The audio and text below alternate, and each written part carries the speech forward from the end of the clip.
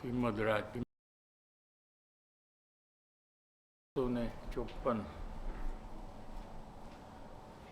Page number 33 मुमुक्षु आरोहण क्रमમાંથી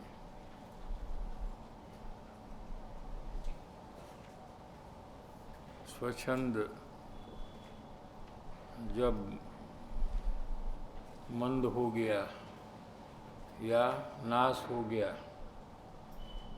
तो मार्ग प्राप्ति रोकनारे 3 कारण हैं।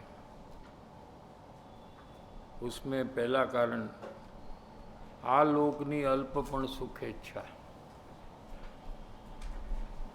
आ जे कारण छे ए अभिप्राय प्रधानताथी छे, आचरण प्रधानताथी नहीं। क्या कहते हैं कि सुख का अनुभव जो है और सुख बुद्धि जो है ये 2 प्रकार है। पर पदार्थ में सुख है ऐसी जो बुद्धि, ऐसा जो निश्चय, ये ज्ञान में होता है, ये सुख बुद्धि है। और इसके कारण से अज्ञानी का अभिप्राय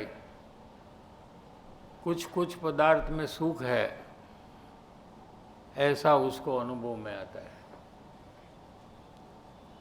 क्या कहा समझ में आया? और वो सब जीव का अलग अलग होता है पदार्थ। जैसे किसी को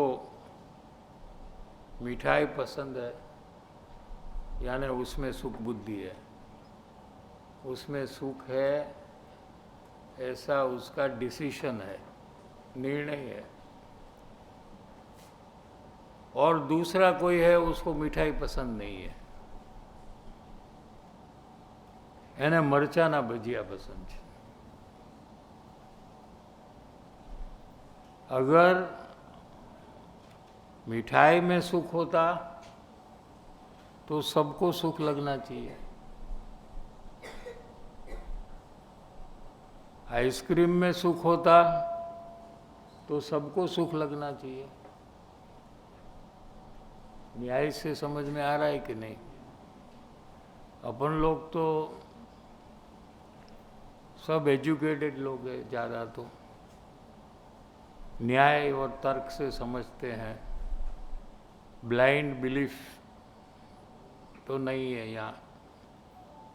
और आज सब विचार में, कोई भी कार्य में विचार करते हैं, फिर व्यापार का हो, घर का हो या कोई नौकरी हो, तो विचार की मुख्यता सब जीव में है। इसलिए यहाँ उसका उपयोग हमें करना है कि अगर आइसक्रीम में सुख हो तो सबको लगना चाहिए। क्यों नहीं लग रहा है सबको, ये विचारना चाहिए हमें। भजिया में सुख होय मरचाना तो बधाने एमा सुख लागू જોઈએ। ऐसा क्यों नहीं है? इसका मतलब क्या है कि जिसने नक्की किया है खाने के काल में कि आमा सुख छे, ऐसा जिसने निश्चय कर लिया है, उसको वही पदार्थ में फिर सुख लगता है। जिसने ऐसा निश्चय किया है कि मरचाना भजियाમાં सुख नहीं, मजा नहीं, तो वो खाए तो भी उसमें उसको अच्छा नहीं लगता। समझ में आ रहा है कि नहीं? तो कोई पदार्थ में सुख है तो सबको लगना चाहिए। यानी कि जीव की कल्पना है। एक की कल्पना है कि गुलाब जामुन में सुख है और दूसरे की कल्पना है कि नहीं है, मुझे पसंद नहीं है। लेकिन मुझे रसगुल्ला पसंद है। ऐसा है कि नहीं? यहाँ है गुलाब जामुन वाले कौन है और रसगुल्ला वाले कौन है? मरचाना भजिया वाला कौन છે? अच्छा, कोने मरचाना भजिया नहीं भावता अने कोने भावे છે? तो ये दोनों लोग क्या करते हैं? आप लोग अंदर अंदर समझ लो ना।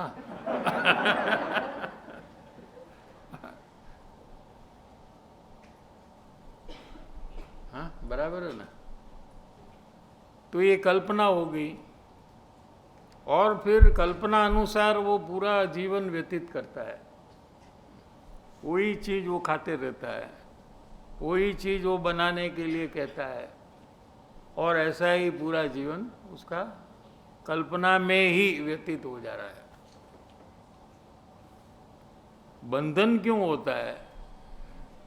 कि अगर उसमें सुख होता और किसी को सुख लगता तो उसको बंधन ही नहीं होता। क्या कहा? क्योंकि सुख है और हमको लगा तो सही है, इसमें क्या गलती है? समझ में आ रहा है? नहीं। लेकिन सुख नहीं है और सुख लगा तो ये तो गलती है, इसलिए बंधन होता है। न्याय समझ में आ रहा है कि नहीं? ऐसा जैन दर्शन के लिए बंधन है तो बंधन है, ऐसा नहीं। सब न्याय से, तर्क से, लॉजिक से, एग्जाम्पल से हमें नक्की करना है। तो ये कल्पना क्यों हुई? उसके पहले क्या हुआ था? कि उसके पहले ये जीव ने वो फर्स्ट टाइम जब चखा था तो वो काल में उसके समझ में, उसके विचार में, उसके ज्ञान में उसने निर्णय कर लिया कि आ बहु मस्त है आइटम, बहु मजा आवे छे। ऐसा निर्णय के कारण से उसका अभिप्राय भी चेंज हो गया कि ये पदार्थ में सुख है, ये पदार्थ में सुख नहीं है। समझाणु कि नहीं? तो ये भूल जो हुई है ये डायरेक्टली मिथ्यात्व की भूल है। क्या है? सुख बुद्धि होना। अपने को 5 प्रकार में एक प्रकार है ना, ये कौन से 5 है मिथ्यात्व के भेद?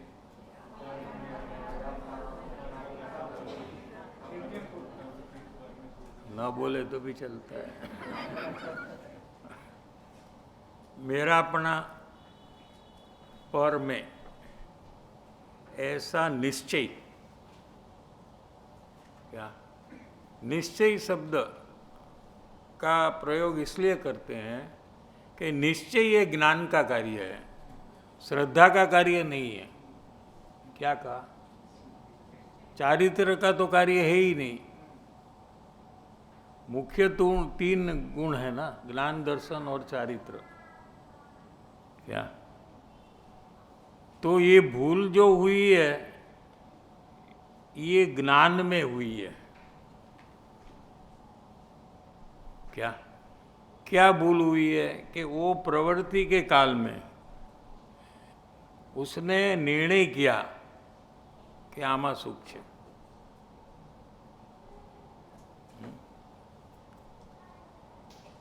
तो उसको सुख बुद्धि कहते हैं। फिर कर्ता बुद्धि, सब में बुद्धि आता है। भोक्ता बुद्धि, सुख बुद्धि, आधार बुद्धि। बुद्धि के कर हमको क्या समझाना है जिनागम को कि ये ज्ञान का दोष हो रहा है। क्या? ज्ञान में दोष हुआ है, और ज्ञान में जो दोष होता है तो श्रद्धान और आचरण उस प्रकार का हो जाता है।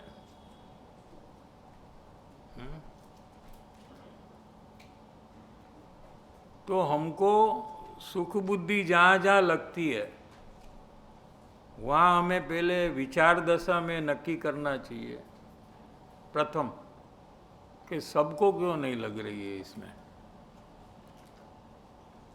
इसका क्या कारण है कि जिसमें हमें सुख लग रहा है वो सबको क्यों नहीं लग रहा है। तो शायद हम गलत हो सकते हैं।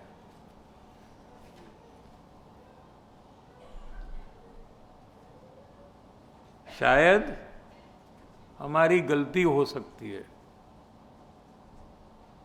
एक तो पॉइंट ये है। दूसरा पॉइंट कि वो चीज में सुख नाम का गुण है कि नहीं।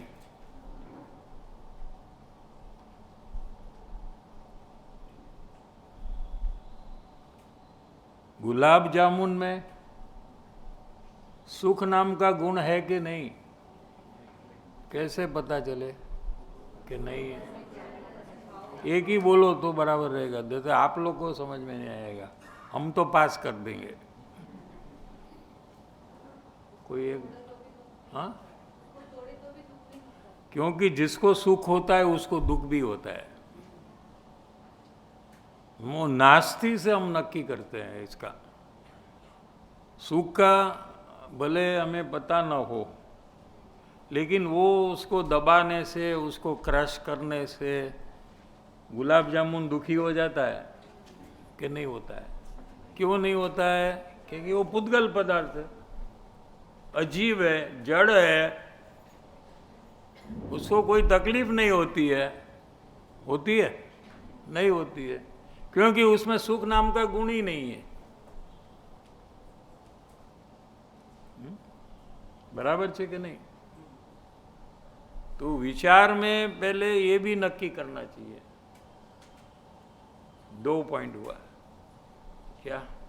तीसरा पॉइंट ये है कि जिनवाणी कहती है कि पुद्गल पदार्थ में सुख नहीं है। हमारे गुरु कहते हैं क्या, और गुरु के प्रति हमको बहुमान है कि वो जो कहेंगे वो सत्य ही होगा। तो वो भी एक कारण विचार में हमें समझना है कि उसमें सुख नहीं है। ठीक है? फिर भी हमको वो खाने के काल में हमको सुख का अनुभव हो रहा है। ऐसा निर्णय करने के बाद भी वापिस अब गुलाब जामुन होगा कि नहीं इस बार? एक बार तो हो गया ना, है क्या मेनू में? है? हाँ, तो है कि नहीं? हाँ, तो वापिस जब हम खाएंगे ना तो वापिस हमें उसमें सुख लगेगा। इतना विचार किया, इतना अभी तर्क से, न्याय से, उदाहरण से नक्की किया, फिर भी वो पदार्थ के भोगने के काल में हमको सुख लगता है। उसमें कोई फेर नहीं हुआ। ठीक है? तो उसमें फेर करने के लिए हमको अवलोकन में आना पड़ता है। ये अवलोकन, दोष का जो अवलोकन है, उससे आगे का काम है ये। जिसने वो काम किया है वही ये काम कर सकता है। अगर सुख बुद्धि मिटानी हो, सुख है ऐसा निश्चय का नाश करना हो, क्यों कि ये जब तक है तब तक आत्मानुभव होने वाला नहीं है। जन्म मरण परिभ्रमण ये चालू ही रहेगा सुख बुद्धि के कारण से।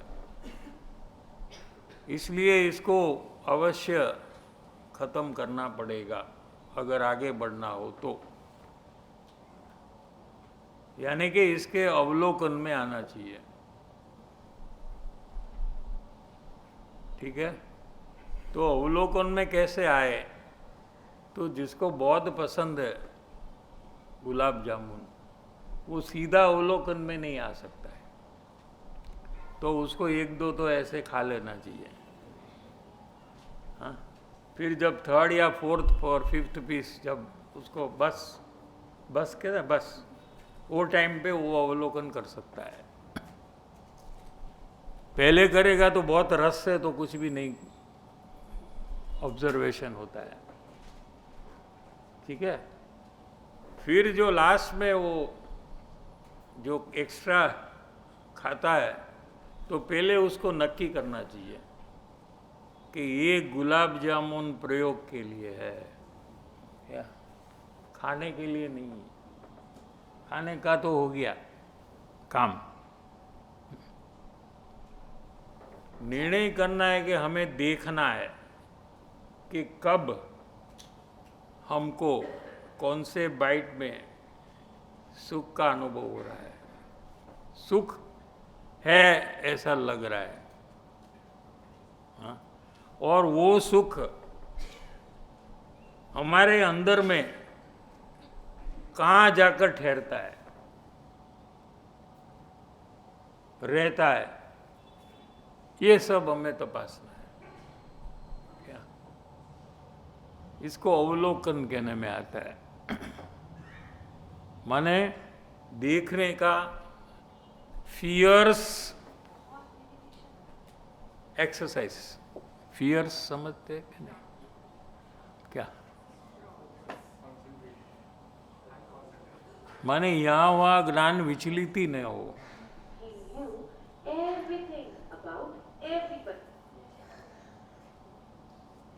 क्या और सिर्फ मुझे सुख कितना मिल रहा है, कब मिल रहा है, और मेरे अंदर में, मेरे आत्मा में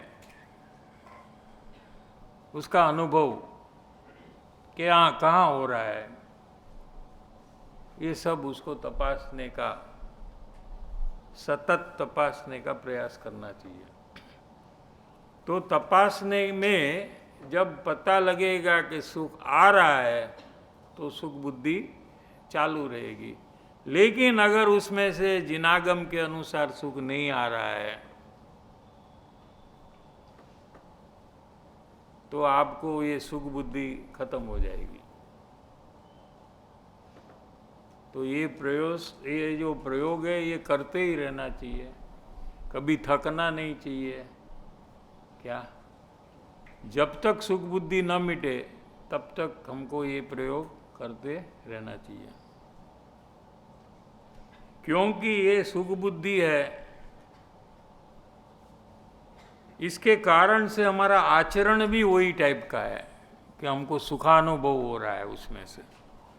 क्या आचरणनी प्रधानता नहीं, चारित्र्यनी प्रधानता नहीं, केम के विषय मुमुक्षुनी भूमिकानो चाले छे। क्या अभी मुमुक्षु है वो ज्ञानी बनने वाला है, ये विषय चल रहा है ना। तो मुमुक्षु ज्ञानी जब बनता है तो क्या फर्क होता है कि उसका जो अभिप्राय है, उसका जो सुख बुद्धि है ये चली जाती है, तो वो ज्ञानी बन जाता है। सुख का अनुभव उसको हो रहा है और ज्ञानी को भी हो रहा है, लेकिन उसमें सुख है ऐसा निश्चय का नाश हो गया। क्या कहा, समझ में आ रहा है कि नहीं? केम के विषय मुमुक्षुनी भूमिकानो चाले छे। मुमुक्षुनी भूमिका ए अभिप्रायने बदलवानी भूमिका छे। सब विषय में जो उसका अभिप्राय है, ये तो ये उदाहरण सुख बुद्धि का दिया, लेकिन कोई भी विषय हो, क्या उसमें जो उसका अभिप्राय है अज्ञानी का, वो मिथ्या है। क्या है, समझ में आया? उसको सम्यक करना है उसको, तो वो ज्ञानी बन जाता है। बाकी कोई चेंज नहीं करने का है। क्या? बाकी सब ऐसा का वैसा रहता है। अभिप्राय है, यही परिभ्रमण का कारण है। मिथ्या अभिप्राय जो है, इसके कारण से ज्ञान भी मिथ्या ज्ञान हो जाता है, श्रद्धान भी मिथ्या श्रद्धान हो जाती है, और आचरण भी मिथ्या चारित्र हो जाता है, और ये परिभ्रमण का कारण है उसको। ठीक है। મુમુક્ષુની ભૂમિકા એ અભિપ્રાયને બદલવાની ભૂમિકા છે, આચરણને બદલવાની ભૂમિકા નથી। अभिप्राय और आचरण ये दोनों भाव भिन्न भिन्न है। क्या? आचरण के पीछे जो इंटेंशन है उसको अभिप्राय कहते हैं। आप कोई भी प्रवृत्ति करो, वो प्रवृत्ति क्यों करते हैं आप पूछो अपने को, हाँ, तो इमीडिएटली आपका अभिप्राय बाहर आ जाएगा। आपको आपका अभिप्राय जानना हो क्या? समझ में आ रहा है कि नहीं? कोई भी एक्टिविटी आप करो, वो एक्टिविटी में राग द्वेष भी होते हो क्या, लेकिन आप अपने को पूछो कि हम क्यों ये कर रहे हैं, why you are doing this, तो आपका जो अभिप्राय है इसका पता आपको लग जाएगा। और वो अभिप्राय अगर मिथ्या है तो आपको मिथ्यात्व है, वो अभिप्राय सम्यक है तो आपको सम्यक्त्व है।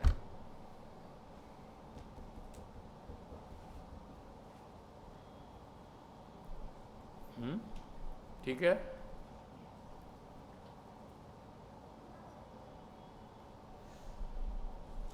माने कोई भी मिथ्या अभिप्राय मुमुक्षु के अंदर में एक भी मिथ्या अभिप्राय रहेगा तो उसको सम्यक दर्शन नहीं होगा।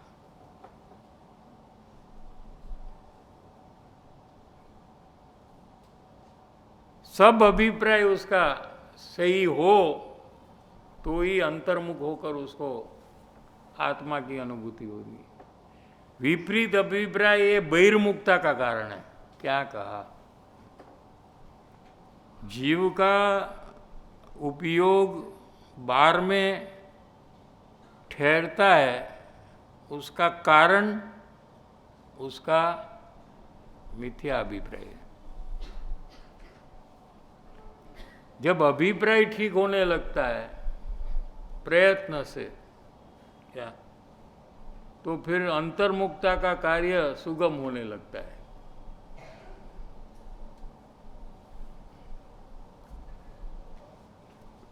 જેટલા પણ વિપરીત અભિપ્રાયો મિસકોન્સેપ્ટ્સ છે તેટલા મુમુક્ષુની ભૂમિકામાં બદલાય છે। જેટલા એટલે બધા આવી ગયા ને, અને યથાર્થતામાં આવે છે। જ્યાં સુધી અભિપ્રાયની ભૂલ સુધરે નહીં ત્યાં સુધી પરિણમનનો यथार्थ सुधारो न થાય। परिणमन जो हो रहा है वो विपरीत ही रहेगा। विपरीत अभिप्राय के कारण से परिणमन भी विपरीत रहेगा। अयथार्थ सुधारो ते सुधारो નથી, એ તો ભ્રમ થવાનું કારણ છે। એટલે આ લોકના કોઈ પણ પદાર્થ પ્રત્યે અલ્પ પણ સુખની અપેક્ષા, સુખ की अपेक्षा यानी इच्छा, अपेक्षा माने इच्छा, इच्छा એટલે आशा, उसमें से सुख मिलेगा, ऐसी आशा से वो चीज हम खाते हैं। महत्वाकांक्षाનો તો અહીં કોઈ વિચાર કરવાનો જ નથી। संसार में कोई बड़ी इच्छा हो, कोई बड़ी चीज चाहिए, ऐसा जिसका गोल हो, ऐसे जीव की तो यहाँ बात नहीं है। क्या? यहाँ तो अल्प सुखेच्छा की बात है ना, क्योंकि ये मुमुक्षु की बात चल रही है। मुमुक्षु बनने के काल में उसने संसार की एम्बिशन महत्वाकांक्षा, संसार में मुझे इतनी प्रॉपर्टी चाहिए, इतना पावर चाहिए, क्या ये सब मुझे, मेरा एम्बिशन है। क्या है वो?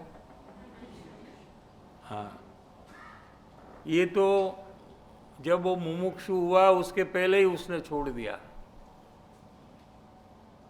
क्योंकि उसको मोक्ष की प्राप्ति करनी है, उसको नमो सिद्धाणम बनना है, या उसको परम सुख का भोगवटा करना है।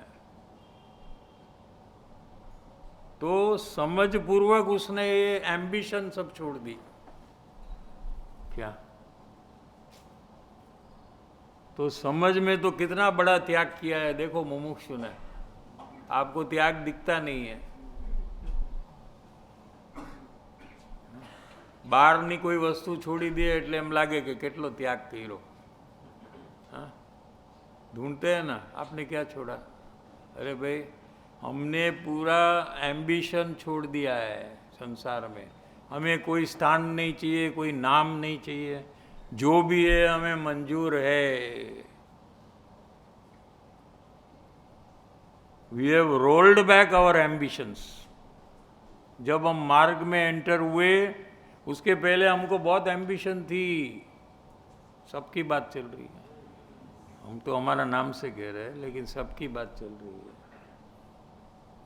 सर्व जीव को ऐसा रहता है कि पूरी दुनिया सबको चाहिए।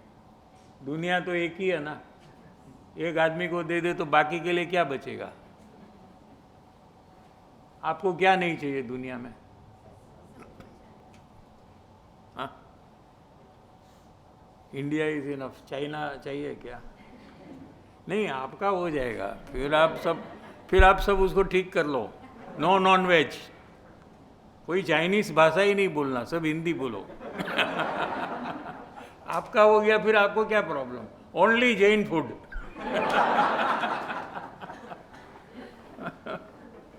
फिर चाहिए चाइना के नहीं?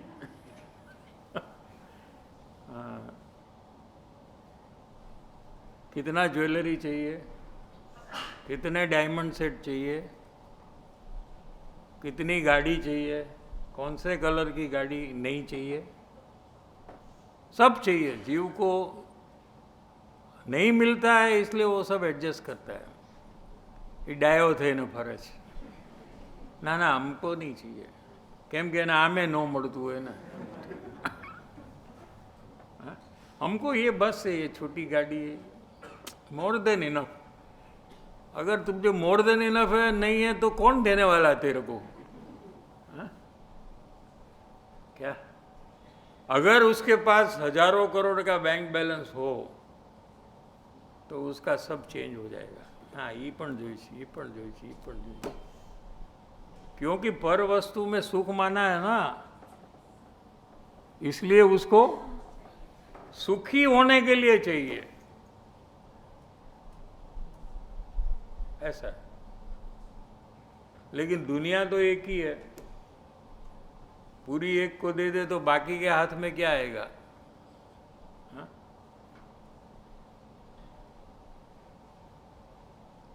तो महत्वाकांक्षा जो थी, जब मार्ग में प्रवेश हुआ तो शुरुआत में पता लगा कि सुख तो आत्मा में है, कोई बाह्य चीज मिलने से सुख तो मिलने वाला नहीं है, तो फिर हम क्यों महत्वाकांक्षा करें? तो महत्वाकांक्षा जो थी वो उसने रोल बैक कर ली। पहले फैलाई थी, आज हुई, आज हुई, आज हुई, आज हुई, आज हुई। अब roll back, I don't want this, I don't want, इतना हो तो बस, हाँ, इससे ज़्यादा ना हो तो चलेगा। लेकिन जो इतना है वो बस है, वो भी अल्प सुखेच्छा है,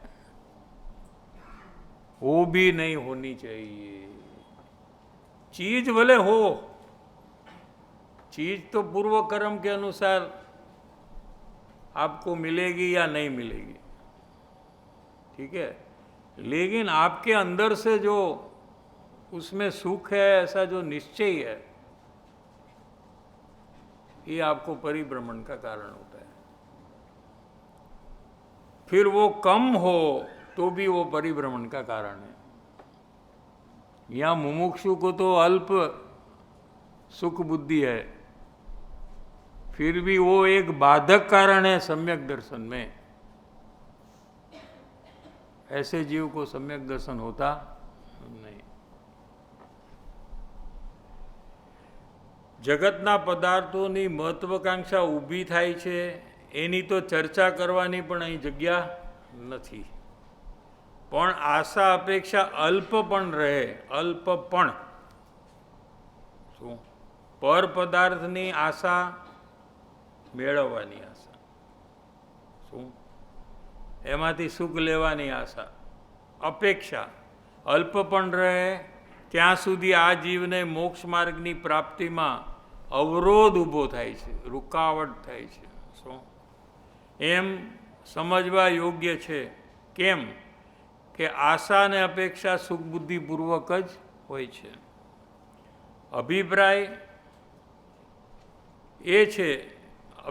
છે કે એ સુખ બુદ્ધિ સૂચવે છે, બતાવે છે, અને જ્યાં સુધી પર પદાર્થમાં, એટલે કોઈ પણ પદાર્થમાં, આત્મા સિવાય કોઈ પણ પર પદાર્થમાં સુખ બુદ્ધિ રહે, ત્યાં સુધી આત્મામાં સુખ છે એવી બુદ્ધિ, એટલે કે એવો નિર્ણય,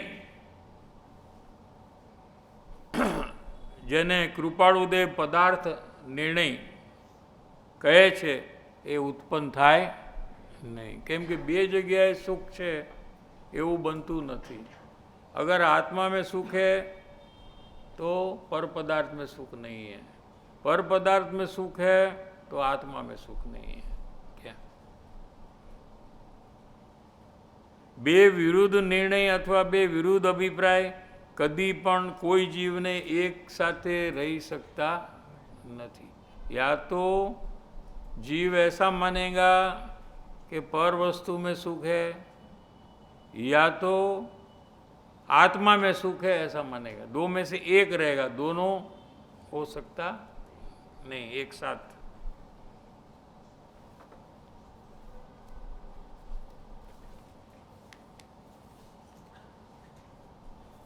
36 नंबरना पेज में लास्ट पैराग्राफ। तो हम खाली सारांश ले रहे, आप लोग पढ़ सकते हैं क्या? अपने पास लिमिटेड टाइम है ना, तो उस अनुसार ले रहे हैं। जो नहीं लिया है वो महत्व का नहीं है ऐसा नहीं समझना। क्या कोई कहे कि ये બધું બહુ ડુપ્લિકેશન રિપીટેશન છે એટલે छोड़ी दे છે, અને જે लिए છે ये इम्पोर्टेंट, ऐसा नहीं है। ये विषय की कंटिन्यूटी कैसे होती है उस अनुसार ये लिया है। जो नहीं लिया वो भी बहुत इम्पोर्टेंट वाला बात है। क्या समझ में आया कि नहीं? પછી પોતે આ કાઢી નાખે કે ભાઈ હવે આ ઇમ્પોર્ટન્ટ નહીં હોય એટલે તો નહીં લીધું હોય ને, એવું નથી। એક એક શબ્દ ઇમ્પોર્ટન્ટ છે, એક એક અક્ષર ઇમ્પોર્ટન્ટ છે, એનો એક કોમા એ ઇમ્પોર્ટન્ટ છે ને ફૂલ સ્ટોપ એ ઇમ્પોર્ટન્ટ છે। પણ આપણી પાસે લિમિટેડ ટાઈમ હોવાથી એ તો આ પત્રને કમ સે કમ 1 વર્ષ લાગે પૂરું કરતા, કમ સે કમ।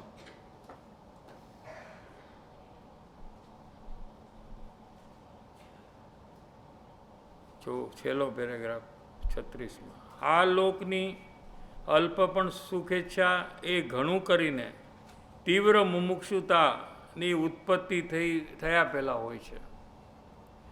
તીવ્ર મુમુક્ષુતા એટલે જ્ઞાન દશા, એટલે જ્ઞાનીની દશા। જ્ઞાની થયા પહેલાં આ પ્રોબ્લેમ હોય છે. કેમ કે આ હોય તો જ્ઞાન દશા થતી નથી ને, એટલે જ્ઞાન દશા ન થવાનું કારણ છે આ. તીવ્ર મુમુક્ષુતા એ જ્ઞાન દશા. આગળ એ વાત આવી ગઈ કે તીવ્ર મુમુક્ષુતા કોને હોવી, કોને કેવી, કે જ્યાં સુધી જ્ઞાન દશા ઉત્પન્ન નથી થઈ હોતી ત્યાં સુધી ઘણું કરીને આ લોકની અલ્પ પણ સુખેચ્છા એટલે એ પ્રકારનો અભિપ્રાય હોય છે. क्योंकि जब आत्मा में से सुख अनुभव में आया तो अभिप्राय खत्म हो गया कि पर में सुख है. क्या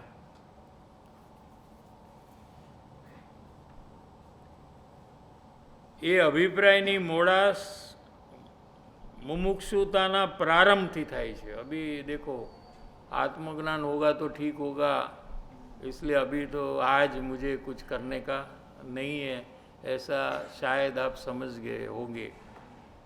इसलिए यहाँ आगे दूसरी बात कह रहे हैं कि इसकी शुरुआत तो मोड़ास, ढीलास, ये क्या है कि जैसे दूध है, घट्ट दूध, तो उसमें थोड़ा पानी डाले तो क्या होगा, ढीला होगा ना. ठीक है. और पानी डाले तो और पतला हो, पतला होते होते होते एकदम पतला हो जाएगा. ठीक है. जितना पानी डाले उतना पतला पानी जैसा हो जाएगा दूध. ठीक है. ऐसे जो अपना अभिप्राय है ये घट है अज्ञान का. क्या तो एक साथ ये टूटकर आत्मज्ञान नहीं होता है, लेकिन क्रमशः टूटता है, क्रम से टूटता है. कैसे कि मुमुक्षुता जब चालू हुई वो टाइम से जैसे दूध में पानी डाला ऐसे ये अभिप्राय में पानी डाला, वहाँ से वो अभिप्राय ढीला हो गया. ठीक है. शिथिल થઈ જાય. જ્યારે મોક્ષ માટે પ્રયત્ન કરે ત્યારે વધારે અભિપ્રાયમાં ઢીલાસપણું આવે. क्या समझ में आ रहा है कि नहीं? पहले मुमुक्षुता यानी मोहाशक्ति जब होती है, मोह के परिणाम होते हैं तो जीव को मूंझवण होती है. ऐसे जो परिणाम से अभिप्राय ढीला होने लगता है, मिथ्या अभिप्राय जो है हाँ ये कमजोर होने लगता है. फिर जब लक्ष्य अपना पक्का हुआ तो भी अभिप्राय में ढीलास होने लगती है.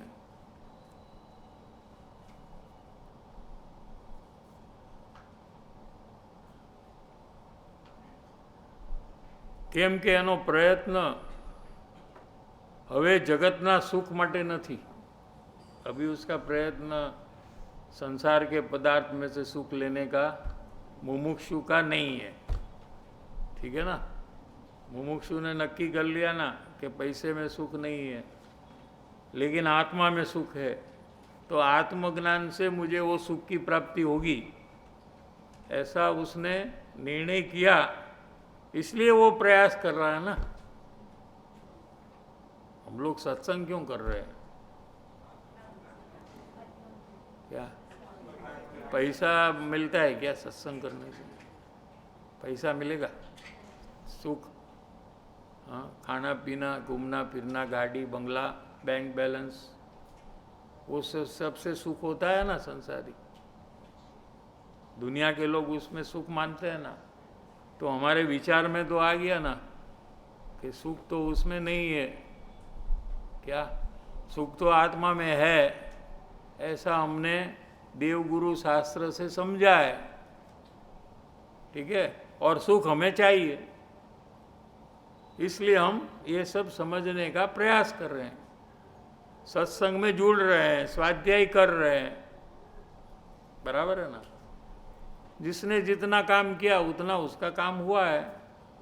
लेकिन दिशा तो सबकी एक ही है ना, क्या ऑपोजिट डायरेक्शन में तो सब लोग नहीं है ना, एक ही डायरेक्शन में है। कोई थोड़ा चला है, कोई ज़्यादा चला है, कोई और ज़्यादा चला है, कोई एकदम नजीक पहुंच गया है आत्मा के, ऐसा फेर है। लेकिन सबकी दिशा, डायरेक्शन तो एक ही है ना, क्या। तो उसने क्या निर्णय किया कि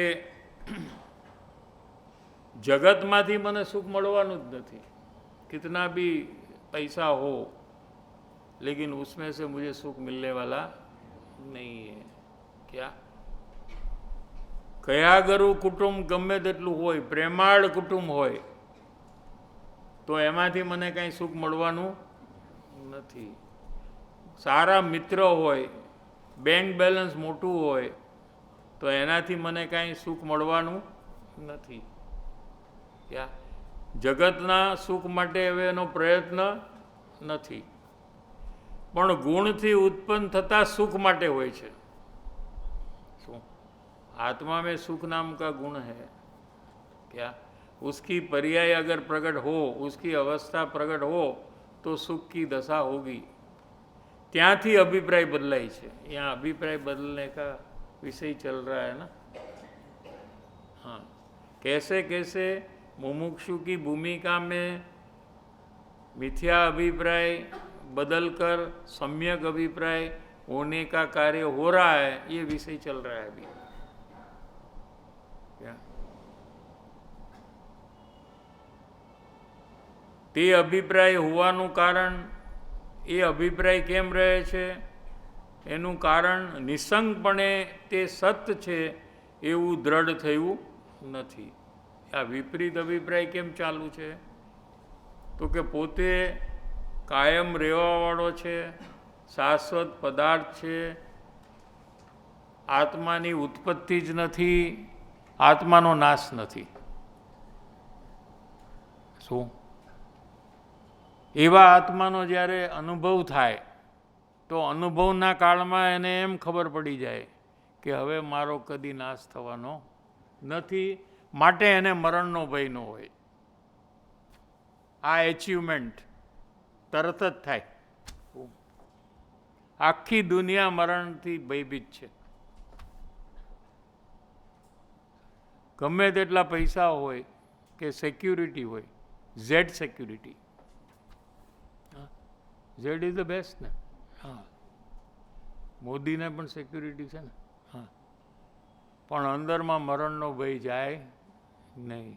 અહીંયા સિક્યુરિટી વગર મરણનો ભય જાય. કેમ કે जो आत्मा का अनुभव हुआ, उसका तो कभी नाश होने वाला है नहीं है. मेरा नाश कभी होगा नहीं. मैं तो शाश्वत पदार्थ हूँ, कायम रहने वाला हूँ. न तो मेरी उत्पत्ति है, न तो मेरा नाश है, क्या. એટલે પોતે છે નિસંગપણે એવું દ્રઢ નથી થયું. શું એવું પાકું નથી થયું એનું. સત એટલે પોતાનું આત્મ સ્વરૂપ. અહીંયા સત એટલે શું કે અસ્તિત્વને દર્શાવનારું પદ. अस्तित्व माने एग्जिस्टेंस को बताने वाला शब्द को अस्तित्व कहते हैं. अस्तित्व माने हयाती वाली कोई चीज, क्या. હોવાપણું નિરાલમ નિરપેક્ષ એવું મારું આત્મ સ્વરૂપ છે. મારું આત્મા કેવો છે, અનુભવમાં કેવો આવ્યો કે મને કોઈના આધારની જરૂર નથી. શું હું સ્વયં શક્તિવાળો છું, મારે કોઈનો અવલંબનની જરૂર નથી, મારે ક્યાંયથી પણ સુખ લેવાની જરૂર જ નથી. કેમ કે હું સુખનો સાગર છું.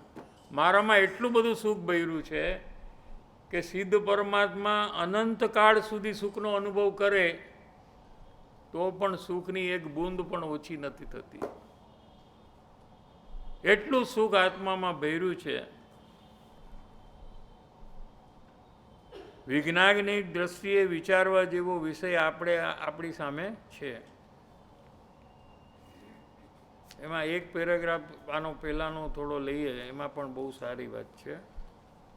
આની પહેલાંનો, સુખ પ્રાપ્ત કરતાં સુખ ટળે છે.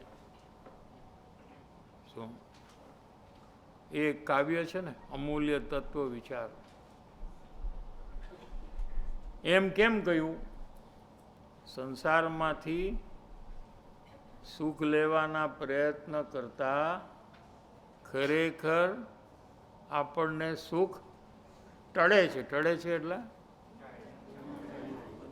મળે છે, મળવું જોઈએ એની બદલે ટળે છે. એ કેવી રીતે હશે? આપણે તો એમ વિચારીએ કે સુખ મળે છે, કદાચ નહીં મળતું હોય. હા, બરાબર ને? તમે કહો છો નથી મળતું, પૂતગલમાં સુખ નથી. અમે કહીએ છીએ અમે કહીએ છીએ કે મળે છે, તમે કહો છો કે નથી મળતું. એ આ સુધી તો વાંધો નથી, પણ તમે કહો છો સુખ ટળે છે, તો એ કેવી રીતે વળી? સમજાય છે કે નહીં?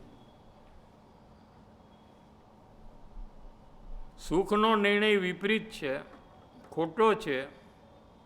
એટલે પર પદાર્થના સુખને પ્રાપ્ત કરવા જતાં ઉલટાનું સુખ ટળે છે અને દુઃખની પ્રાપ્તિ થાય છે. દૂરથી અને એમ લાગ્યું કે મને સુખ મળશે, અથવા ગુલાબજામુન ખાધા પહેલાં એમ લાગ્યું કે હું ખાઈશ તો મને સુખ મળશે, અને ખાતા ખાતા ખાતા અંદરમાં રિયલાઇઝેશન થઈ ગયું કે સુખ તો આવતું નથી. એટલે એક ટાઈમ મેં કહી દીધું કે બસ હવે નહીં. જો સુખ આવતું હોય તો લીધા જ કરે ને, અને વધારે સુખી થઈ જાય. પણ હવે વધારે લેવાનું કહેશો તો દુઃખ ચાલુ થઈ જશે, વોમિટ ચાલુ થઈ જશે. શું સુખ પ્રાપ્ત કરતાં સુખ ટળે છે, અથવા એમ કહો કે સુખ પ્રાપ્ત કરતાં દુઃખ મળે છે? અહીંયા અભિપ્રાયની પ્રધાનતાથી વાત છે. શું? કેમ કે પંચમ ગુણસ્થાન સુધી ઓછી વધતી માત્રામાં આવું આચરણ હોય છે, એટલે સુખની કલ્પનાવાળું આચરણ હોય છે. પણ સુખ બુદ્ધિ તો મુમુક્ષુની ભૂમિકામાં જ બદલાઈ જાય છે. ત્યાર પછી તો એ જ્ઞાની થાય છે. હવે આપણે જે ઓલો અર્થ છે કે સુખ પ્રાપ્ત કરતાં સુખ ટળે છે, એનો થોડો વિચાર કરીએ કે આપણે દુઃખી છીએ, માટે આપણે સુખ પ્રાપ્ત કરવાનો પ્રયત્ન કરીએ છીએ, એમ સમજી શકાય. જે ઓલરેડી એકદમ સુખી હોય એ શું કામ સુખ પ્રાપ્ત કરવાનો પ્રયત્ન કરે? न्याय से समझ में आ रहा है कि नहीं? अगर मैं पूर्ण सुखी हूं क्या, तो मैं सुख प्राप्त करने का क्यों प्रयत्न करूंगा? नहीं करूंगा. तो जो सुख पर में से प्राप्त करने का प्रयत्न करता है वो यही साबित करता है कि उसके पहले वो दुखी है. बराबर है कि नहीं? समझाय એવું છે. પછી મનાઈ કેટલું એ જોશું. પહેલાં તો સમજણમાં બરાબર આવવું જોઈએ. શું? तो हम क्या करते हैं कि जो जो पदार्थ में हमने सुख माना है, जाना है, वो पदार्थ में से सुख लेने का प्रयत्न करते हैं. क्या? ठीक है? और कितनी मेहनत करते हैं सुख लेने की? पूरी मेहनत करते हैं. क्या? नहीं मिलता है तो फिर दूसरे पदार्थ को बदलते हैं, तीसरे को, चौथे को. जहाँ जहाँ हमने सुख माना है वो सब पदार्थ को हम ट्राई करते रहते हैं. बराबर है कि नहीं? हाँ, ठीक है. तो ये कार्य करने में हमारा पूरा जीवन चला जाता है.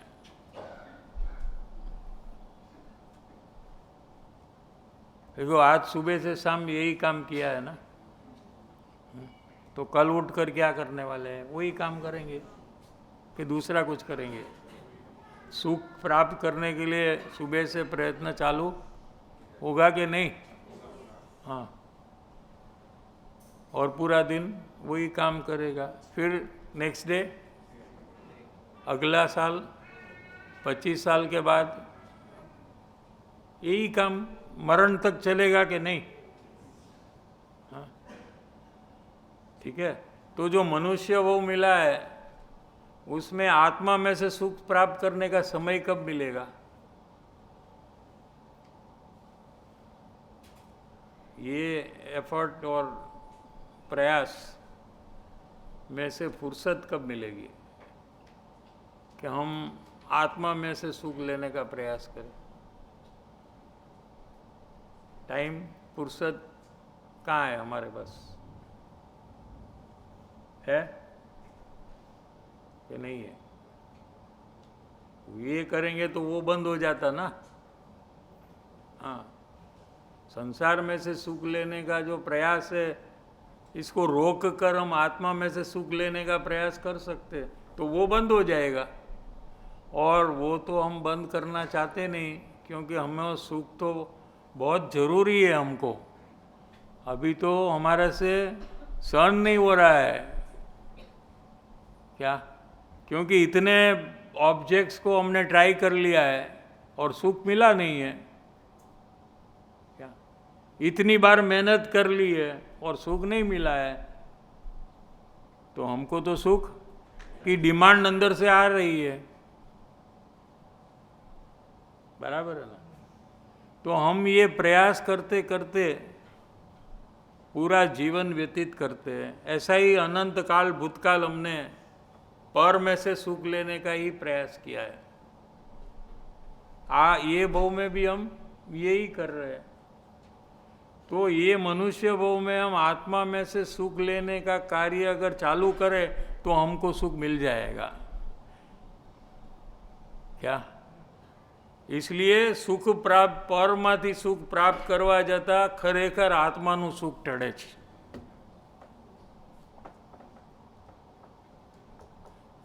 हाँ, समझ में आ रहा है कि नहीं? अगर वो ट्रायल हमारा बंद हो, क्या? क्यों? कि उसमें से सुख मिलने वाला नहीं है, ऐसा जब निश्चय हम करें, तो फिर हम अंदर आत्मा में से सुख लेने का प्रयास चालू कर सकते हैं और हमको सुख की प्राप्ति अवश्य होगी। क्या? क्योंकि हमारी मेहनत कम नहीं है, लेकिन जहाँ सुख नहीं है वहाँ हम मेहनत करते हैं, इसलिए सुख नहीं मिलता है। क्या? जितनी मेहनत हम पर में से सुख लेने की करते हैं, उतनी मेहनत आत्मा में से सुख लेने की करें तो तुरंत सुख की प्राप्ति हो जाएगी।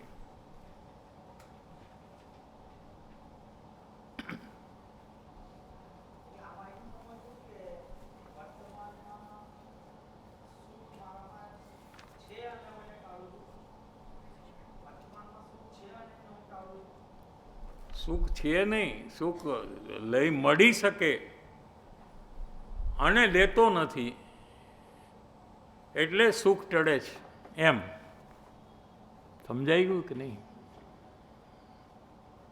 સુખ મળવાનો ટાઈમ આવી ગયો અને સુખ એને લીધું નહીં, લેવાનો પ્રયાસ ન કર્યો, તો એને સુખ ટળી ગયું એમ કહેવામાં આવે। જેવી રીતે જીનાગમમાં ગુરુદેવ શ્રી ફરમાવે છે શું કે જ્ઞાની છે એ રાગનો નાશ કરે છે, પણ પછી એમ ગુરુદેવ કે એ રાગનો નાશ કરતો જ નથી, ભલે આમાં લખ્યું તો પછી કેમ તમે લખ્યું? તો કે એ જ્યારે પોતાના આત્મામાં લીન થાય છે ત્યારે રાગ ઉત્પન્ન થતો નથી, માટે અમે કહી દીધું રાગનો નાશ કરે છે। લ્યો, રાગ ઉત્પન્ન થયો અને એનો નાશ કર્યો એમ નથી કે છે, એનો अर्थ શું समझ में आ रहा है कि नहीं? लेकिन अपने स्वरूप में जब स्थिर हुआ तो राग की उत्पत्ति ही नहीं हुई, तो उसने राग का नाश किया, ऐसे कहने में आता है। આ તો ગુરુદેવ અર્થ કરે તો સમજાય, નહીં તો આપણે શબ્દ પકડી રાગ ક્યાં છે, નાશ ક્યાં છે, રાગ ક્યાં છે, નાશ. અરે ભાઈ ઉત્પન્ન જ નથી, તો કે ઉત્પન્ન નથી તો નાશ કેવી રીતે કર્યો? શબ્દને પકડે હા તો શું થાય? સમજાય? હા.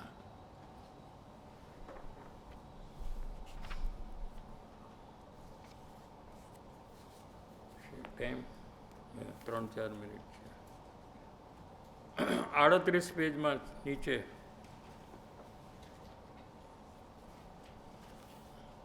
મુમુક્ષુતા શા માટે સિદ્ધપદનો પાયો છે એ સમજાય એવી વાત છે.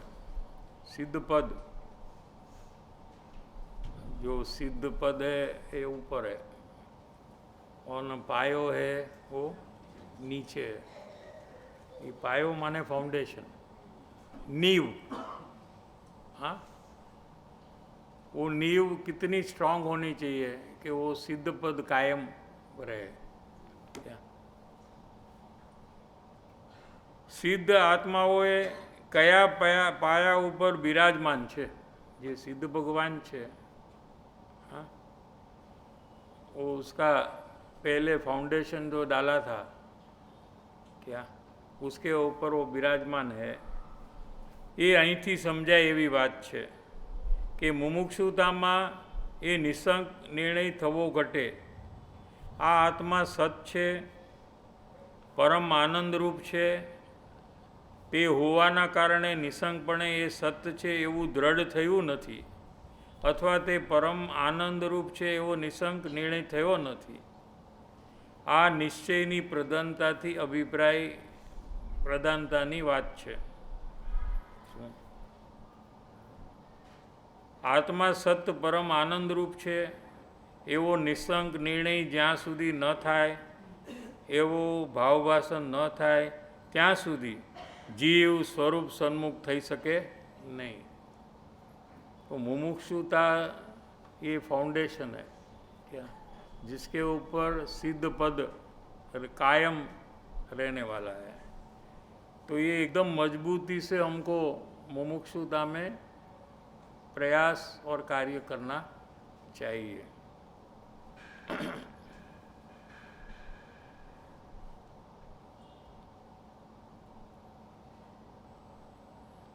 पर सन्मुखता इन्हें मटे नहीं जब तक आत्मा का निर्णय न हो, तब तक वेद विज्ञान चालू होता नहीं है. आ लोकनी अल्पपण सुखेच्छा एवो जे अभिप्राय छे ते घणुं करीने तीव्र मुमुक्षुतानी उत्पत्ति थया पहेला होय छे.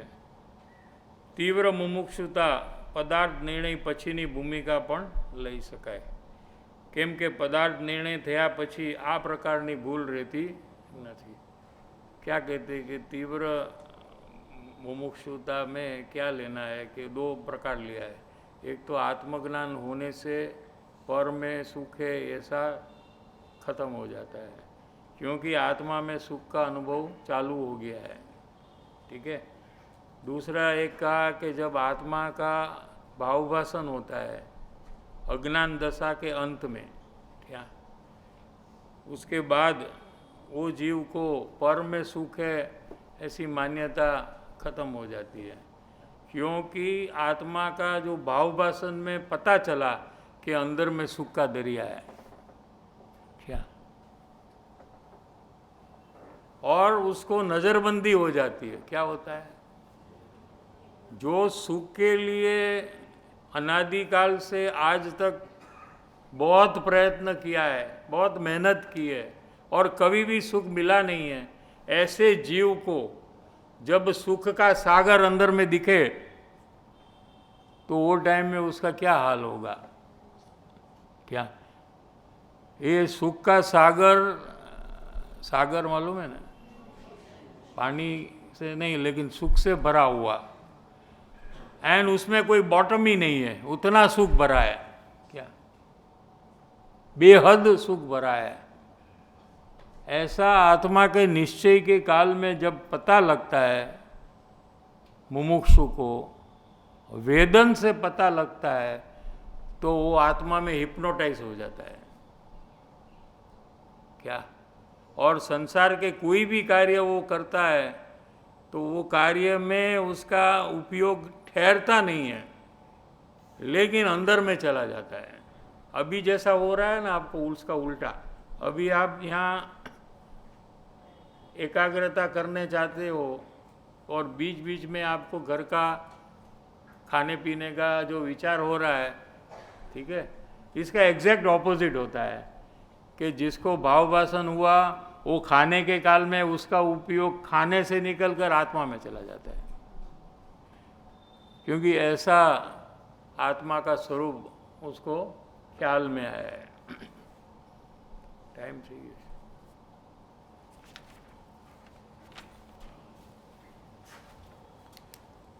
एक मिनट ब्रेक, उसके बाद 15 मिनट प्रश्न चर्चा यही विषय पे।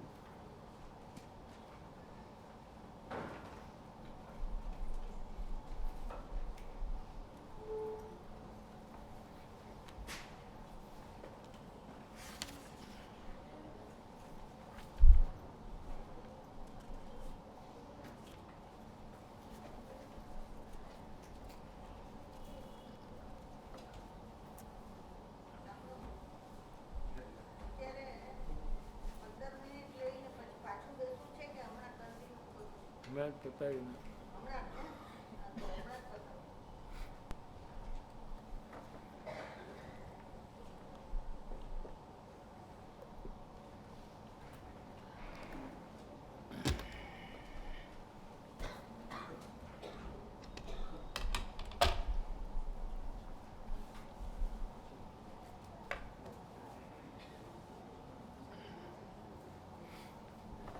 स्टार्ट करेंगे।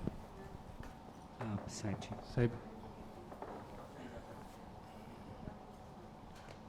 जी,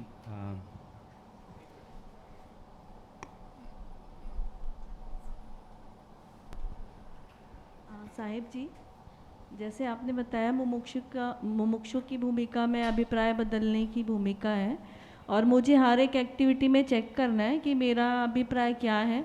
मिथ्या अभिप्राय मेरा परिभ्रमण का कारण है और सम्यक मोक्ष का कारण है। तो जैसे अभी बादल गरजना हुआ तो अभिप्राय ख्याल आया कि बारिश में भीगने से मुझे सर्दी हो जाएगी और मैं दुखी हो जाऊंगी। तो ये अभिप्राय ख्याल में है, तो उसको कैसे हाँ, ये भी एक प्रकार है ना कि अभी बारिश आएगी तो मैं भींजाऊंगी और मुझे सर्दी हो जाएगी, या अभी तो वायरल सब चल रहा है ना, अभी तो मुझे कोविड लग रहा है सबको कोविड हो गया है, सब 2 इंजेक्शन वाले हैं, मैं 3 इंजेक्शन इसलिए मेरे को मास्क नहीं है।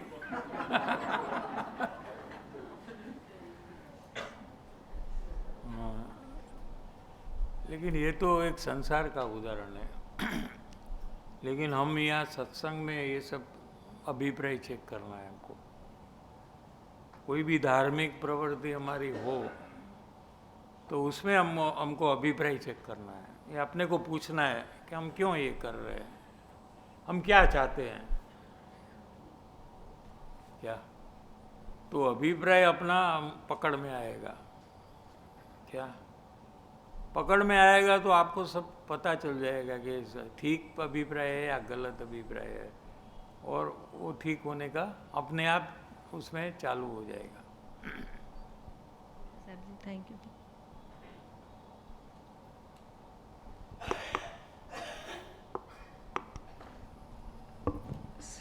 साहिब जी, आपने जैसे बताया कि सुख बुद्धि का प्रयोग भी कंटिन्यूसली करना चाहिए, थकना नहीं चाहिए। तो मेरे उसमें प्रॉब्लम ऐसा होता है कि आफ्टर अ फ्यू प्रयोग्स जब पता चलता है कि कोई स्वीट में या चॉकलेट में सपोज सुख नहीं है, फिर नेक्स्ट प्रयोग्स में मेरा गोल ट्वीक हो जाता है कि थोड़े ही टाइम के लिए राग मिलेगा, उस राग को भोगने के पीछे फिर मैं जाता हूँ। तो जब मेरी सिंसियरिटी प्रयोग का जो गोल था वो सुख बुद्धि में से राग की बात कहाँ आई अभी? जैसे स्वीट में राग जो अगर मैं अभी करता तो हम सुख बुद्धि का ही प्रयोग में सुख बुद्धि का ही करना बस। दूसरा 2, 3, 4, 5 प्रयोग मिक्स करेंगे तो एक भी प्रयोग नहीं होगा। समझ में आ रहा है? सुख मिलता है आपको, ऐसा अनुभव में आ रहा है कि नहीं मिल रहा है, ये चेक करना। नहीं मिलता है, ये तो आप मतलब जो थोड़े प्रयोग ये के तो एक समझ से आप कह रहे हैं, जिनवाणी के आधार से कह रहे हैं क्या? प्रयोग कर कर कहना, और वो प्रयोग तो बहुत टाइम चलता है। अनेक पदार्थ में आपने सुख माना है क्या? तो वो सब प्रयास जारी रखना चाहिए क्या? ये तो क्या है, हम मान लेते तो आत्मा में सुख है कि नहीं? आत्मा में सुख है। जिनवाणी से ही पता चलता है। वैसे ही आपने वो भी आपने जिनवाणी से ही कह दिया ना कि पर में सुख नहीं है। तो ऐसा तो भूतकाल में अनंत भव में हमने नक्की किया है, तो क्या उससे फायदा क्या? कोई फायदा नहीं है उससे। आपका निश्चय जो है वो जब तक ना बदले तब तक कोई फायदा नहीं है। तो निश्चय पे फोकस करके कंटिन्यू नहीं, प्रयोग पे फोकस करेंगे तो निश्चय जैसा हो रहा है ऐसा हो जाएगा क्या? अगर सुख नहीं मिलता है तो वो निश्चय हो जाएगा। निश्चय अपने आप होगा, प्रयोग आपको करना है।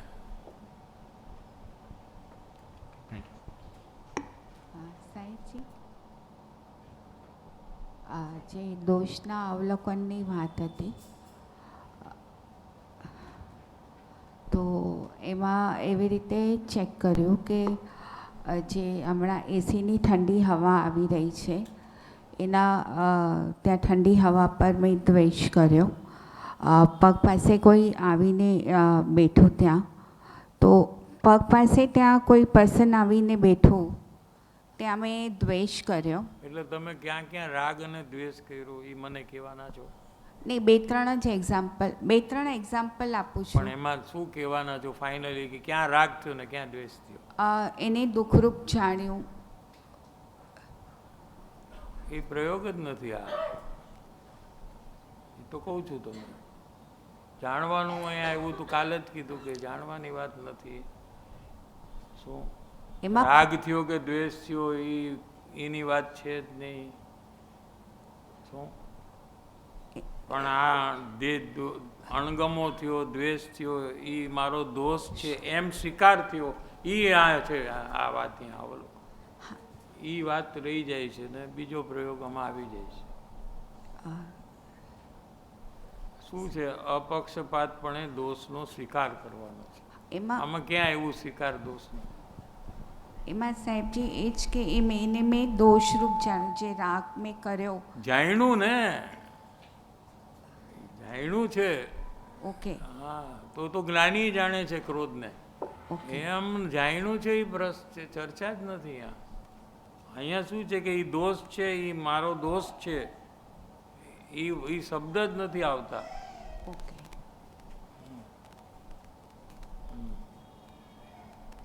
સાહેબજી, આઈ ડોન્ટ નો, તમને જરાક અઘરું લાગે છે કે હું બરાબર નથી સમજાવી શકતો? I don't know what is the problem. મારી સમજમાં ભૂલ છે સાહેબજી. મેં ક્લિયર સમજ્યું નથી, મારી ભૂલ છે. એટલે પહેલાં શું કીધું હતું કે પોતાની મેળે નહીં કરો આ પ્રયોગ. પોતાના અંદરમાં જે પણ રાગ થાય, દ્વેષ થાય, પછી દોષ છે મારો, એ કરવાની બદલે કોઈ દોષ બીજો બતાવે ને એમાં સ્વીકાર કરવાનું કરો, એટલે આમાં ભૂલ ઓછી થવાની સંભાવના થઈ જાય. કોઈ આપણને દોષ બતાવે ત્યારે આપણે સ્વીકારી છીએ કે નહીં, એ પ્રયોગ કરો. એ પરફેક્ટ થશે તો પછી અંદરનો પરફેક્ટ થશે. क्योंकि सामने वाला बता रहा है, आपका काम तो एक्सेप्ट करने का है. आप एक्सेप्ट कर रहे हो कि नहीं कर रहे हो, इतना ही आपको चेक करना है ना. आप दोष देखकर एक्सेप्ट कर रहे हो तो ये नेचुरल एक्सेप्टेंस है. और दोष को देखे बिना एक्सेप्ट कर रहे हो, क्योंकि आपको कहा है कि एक्सेप्ट करो दोष को। કૃપાળુદેવ ને कहा ना, दोषનો પક્ષ નહીં કરો, સ્વીકાર કરો। એટલે હું કરું છું તો એ કૃત્રિમ છે ને આર્ટિફિશિયલ છે, એમાં સ્વચ્છંદ ઘટશે નહીં।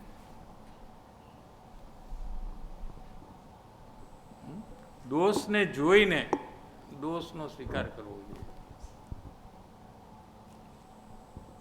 સાહેબજી આજે જે સુખબુદ્ધિની વાત આવી, તો ઘણી વખત એવું થાય છે કે જે પરમાં જીનવાણીથી ખબર છે કે એમાં સુખ નથી, પણ જ્યારે સુખની એટલી જરૂરિયાત લાગે છે ને કે ત્યારે હું એને રોકી નથી શકતી કે એમ માનું કે નહીં આમાંથી જ સુખ આવે છે કરીને। તો ત્યારે સાહેબજી કેવી રીતે મારે એને પ્રયત્ન કરીને જીનવાની અનુસાર જે અભિપ્રાય મારો ચેન્જ કરવાનો છે એ કરું સાહેબજી? કોઈ પણ પરિસ્થિતિમાં પ્રયોગ થઈ શકે, પહેલાં એ નક્કી કરવાનો છે। બહુ જરૂરિયાત છે એટલે મારે પ્રયોગ ન થાય, ને ઓછી જરૂરિયાત હોય તો થાય, એવું કાંઈ છે નહીં। क्योंकि જ્ઞાન જે છે એ એની અંદરમાં ભળતું જ નથી, એ અલગ જ તૈયાર જ રહે છે। તમે જ્યારે ધારો ત્યારે એ કાર્ય કરી શકો છો, પણ તમારો નિશ્ચય નથી કે મારે કરવું છે, એને કારણે એ પ્રયોગ નથી થતો।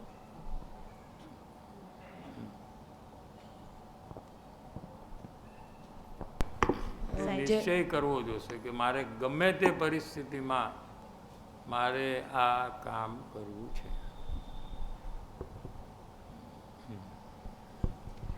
साहिब जी, अभी ऐसा भाव है कि कोई भी वस्तु नहीं लेना है करके, ऐसा भाव करती हूँ। अभी कोई वस्तु लेने का भाव करती हूँ तो कि अभी मुझे नहीं लेना है कोई वस्तु चीज़, और ये नया भाव नहीं करती हूँ, लेकिन पुरानी जो अभी वस्तु है उसमें मुझे सुख बुद्धि कैसे छोड़ना। जो नहीं लेंगे तो सुख बुद्धि मिट जाएंगी, ऐसा नहीं है क्या? लो या ना लो उससे कोई फर्क नहीं पड़ता है, क्योंकि कोई ले ही नहीं सकता। जो आने वाली है आती है, नहीं आने वाली नहीं आती है। हम तो खाली इच्छा करते, विकल्प करते कि मुझे चाहिए, लेकिन वो चीज़ को जाकर पता नहीं होता है कि ये जीव ने इच्छा की है, इसलिए मुझे दुकान में से इसके घर में जाना चाहिए। उसको कोई पता नहीं है, देयर इज नो कम्युनिकेशन। इच्छा और ऑब्जेक्ट को कोई कम्युनिकेशन चैनल नहीं है। वो अपने परमाणु, अपने षटकारक से वो क्षेत्र छोड़कर अपने क्षेत्र में आती है। कभी नहीं भी आती है, कभी आती है, सर्व इच्छा के अनुसार नहीं होता है। तो वो चीज़ आए या ना आए उससे कोई फर्क नहीं पड़ता। आए तो सुख बुद्धि है, ना आए तो सुख बुद्धि नहीं है, ऐसा कुछ नहीं है। वो तो दुकान में है, ऐसी चीज़ में भी सुख बुद्धि होती है। बहुत सरस છે આ વસ્તુ, मस्त मस्त। हाँ, क्या सेट है यार डायमंड का। થઈ ગયું, હજી લીધું નથી, આવ્યું નથી, કાંઈ નથી।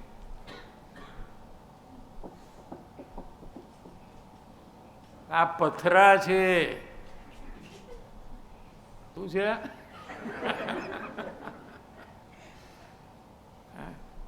वाइट कलर का पत्थर है, क्या है उसमें?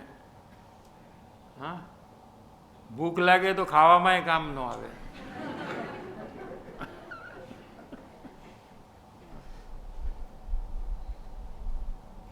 पण एमा कोई किंमत, किमती वस्तु है અને એના પહેરવાથી મને બહુ સુખ થશે, ऐसी सुख बुद्धि लिए बिना भी होती है।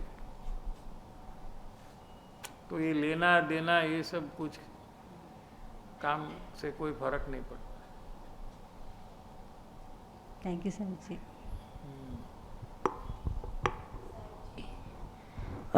मुमुक्षु को केवल एक ही मेन गोल होता है, वो है पूर्ण सुख की प्राप्ति करना और मोक्ष जाना। पर मुझे ऐसा लगता है कि मेरा वही एक गोल नहीं है, मेरा उसके साथ अलग दूसरे संसार के भी गोल है। तो फिर मुझे ऐसा क्या करना चाहिए जो मेरा वही मोक्ष की प्राप्ति करना वैसा दूसरा कौन सा गोल है? जैसे मेरा वो एग्ज़ाम्स में मेरा अच्छे मार्क्स लाना और वैसा। और मुझे इसमें थोड़ा जगह पे मुझे विज़िट करना था। बिजनेस? नहीं, विज़िट हाँ, परम, ओके। अच्छी। और क्या? और कहाँ घूमना है? स्पेशली अमेरिका जाना। अमेरिका। हाँ, क्यों? उधर एजुकेशन अच्छा है, एजुकेशन अच्छा है। हाँ, एजुकेशन। क्यों? एजुकेशन? हाँ, एजुकेशन को घूमना कहते हो क्या? घूमना है कि एजुकेशन करना है? दोनों दोनों दोनों। और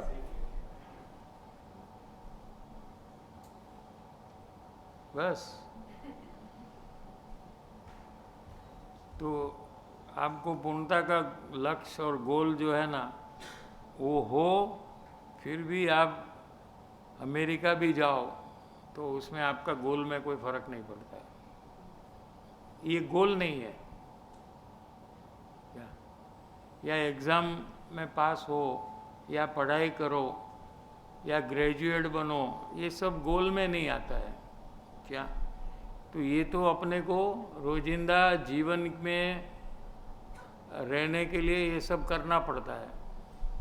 नहीं करेंगे तो क्या होगा? पढ़ाई ही नहीं करो समझो तो क्या होगा?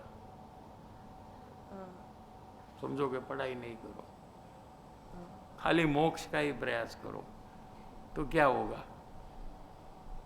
सब हाँ, मोक्ष का प्रयास करने के लिए सब वो जो हमें चाहिए मतलब अवस्था वो। नहीं, पढ़ाई नहीं करना, ठीक है? खाली मोक्ष का प्रयास करो तो फिर क्या होगा? क्या प्रॉब्लम आएगा? परिवार में प्रॉब्लम्स आएंगे। परिवार में प्रॉब्लम? हाँ।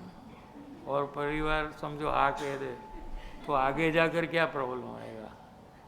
तुम बड़ा तो एक दिन होगा ना, 25 साल 40 साल, तब क्या होगा प्रॉब्लम? अच्छा वो जॉब नहीं मिला तो क्या होगा? क्या अच्छा जॉब नहीं मिला तो क्या होगा? चाय बाय बेचने वाला बन जाना तो क्या प्रॉब्लम है?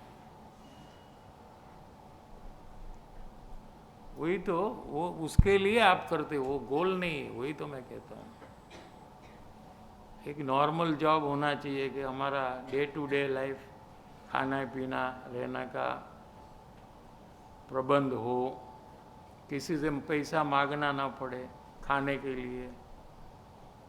उसके लिए हम करें, वो गोल में नहीं आता है। क्या समझ में आया? और मोक्ष का गोल है, वो गोल सही है,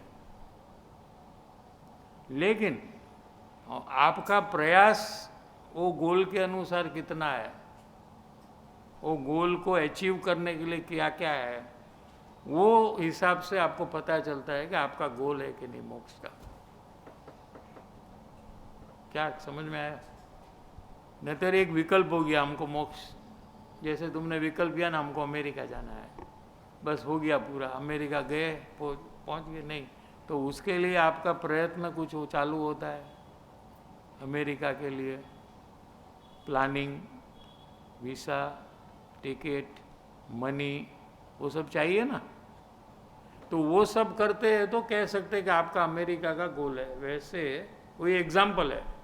वैसे मोक्ष प्राप्ति का अगर आपका गोल है तो वो उसके लिए आप क्या करते हो रोज रोज डेली, जिससे आपको अंत में मोक्ष की प्राप्ति हो? प्रयोग। हाँ, प्रयोग करते हो, क्योंकि आपका टारगेट है इसलिए आप प्रयोग करते हो। ठीक है, क्या प्रयोग करते हो?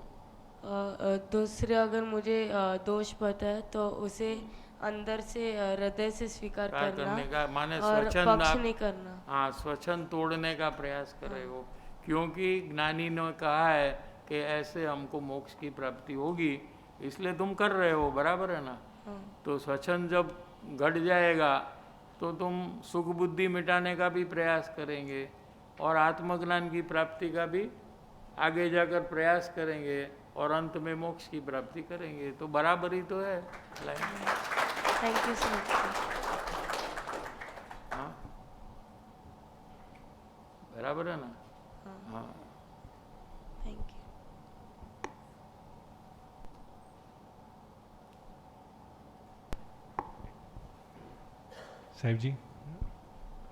સાહેબજી જો પર પદાર્થમાંથી મારામાં સુખ આવે છે કે નહીં એ ચેક કરવાનો જે પ્રયોગ આપે કીધો, એની પહેલાં આપણે તત્વ વિચાર કીધું કે જે પોઈન્ટ્સ કીધા, તો સાહેબજી તત્વ વિચારનું શું ઇમ્પોર્ટન્સ છે પ્રયોગ માટે? કેમ કે હું બહુ શોર્ટમાં કરી નાખું છું તત્વ વિચાર અને પ્રોપરલી ઊંડાણથી નથી કરતો, તો એ હેલ્પ જોઈતી હતી. આ તો બહુ શોર્ટમાં તો કીધું, ક્યાં લાંબુ ચોડું કીધું કે એ જ વસ્તુમાં બીજાને સુખ કેમ નથી, એટલું શોર્ટ કર્યું. હા, અભી બી ઓર શોર્ટ કે જે વસ્તુમાં તમને સુખ લાગે છે એ જ વસ્તુમાં બીજાને કેમ નથી લાગતું.